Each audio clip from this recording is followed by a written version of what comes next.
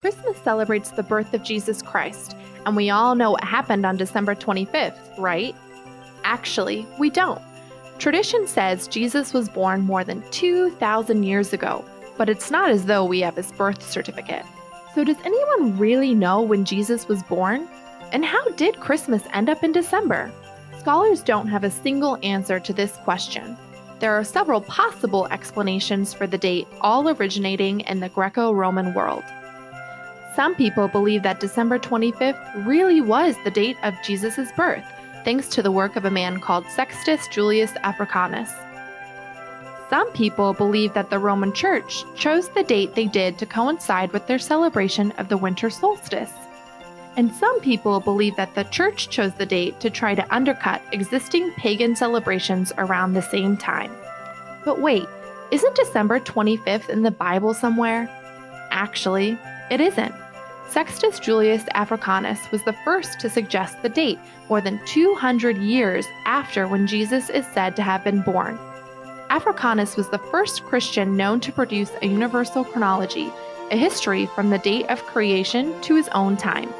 He thought Jesus must have been conceived on March 25th, which was the day he believed the world was created.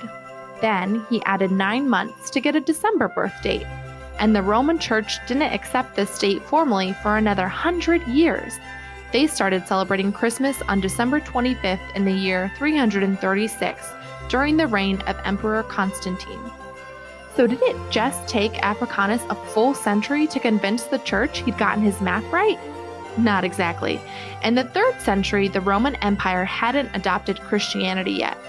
Instead of celebrating Christmas, they celebrated the rebirth of the unconquered sun, or Sol Invictus.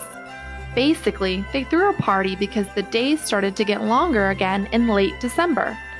After Emperor Constantine made Christianity the religion of Rome, that whole birth of the sun thing got pretty heavily associated with, well, the birth of God's Son and Christian belief. And what day did they celebrate the return of Sol Invictus? Yep, December 25th.